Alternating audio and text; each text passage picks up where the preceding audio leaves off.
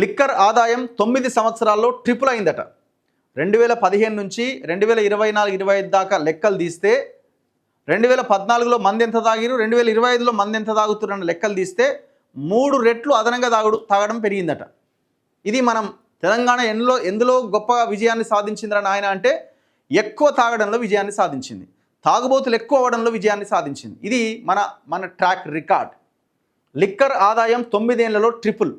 2015-16లో 12,706 కోట్ల ఆదాయం ఉండే ఎక్సైజ్ ఆదాయం. 2024-25కి వచ్చేసరికి ఆ ఆదాయం కాస్త 34,600 కోట్లకు పెరిగింది. ఇందులో కేసీఆర్ది గణనీయమైన పాత్ర.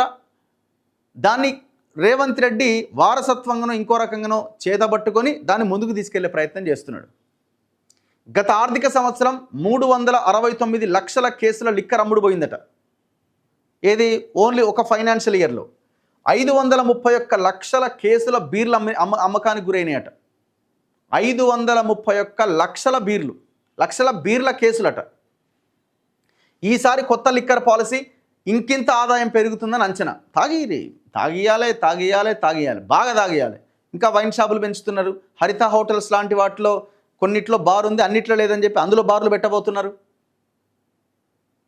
ఇప్పుడు మీరు రాబోయే రోజులు ఏమవుతుందంటే, ఇప్పుడు కేవలం నగరాలు పట్టణాల్లోనే వైన్ షాపులు ఉన్నాయి. ఇప్పుడు ప్రతి గ్రామంలో ఒక వైన్ షాప్ టెండర్ వేస్తారు. మీరు చూడండి, రాబోయే రోజుల్లో జరిగేది ఇదే. మీరు ఈ నుంచి ఆడదాకపోవడం ఎందుకు? ప్రతి గ్రామంలో ప్రతి గ్రామ పంచాయతీ దగ్గర టెండర్ వేలంపాట కార్యక్రమం జరుగుతుంది రాబోయే రోజుల్లో. ఇది రాసి పెట్టుకోండి. ఈ ఆదాయం 34,600 కోట్ల నుంచి 60,000 కోట్లకు తీసుకుపోవడానికి అన్ని దారులు వేస్తున్నారు. ఇప్పుడు ఇది మన తెలంగాణ ముఖ చిత్రం. తెలంగాణలో కేసీఆర్ ఇప్పుడు రేవంత్ రెడ్డి సాధించిన గొప్ప విజయాలు ఏంట్రా బాబు అంటే ఇగో ఇది. తాగుడులో మనం ట్రిపుల్ అయినాం 9 ఏళ్లలో. ఏమైనా ఉందా ఏ రాష్ట్రంలోని ఇంత దారుణమైన పరిస్థితి?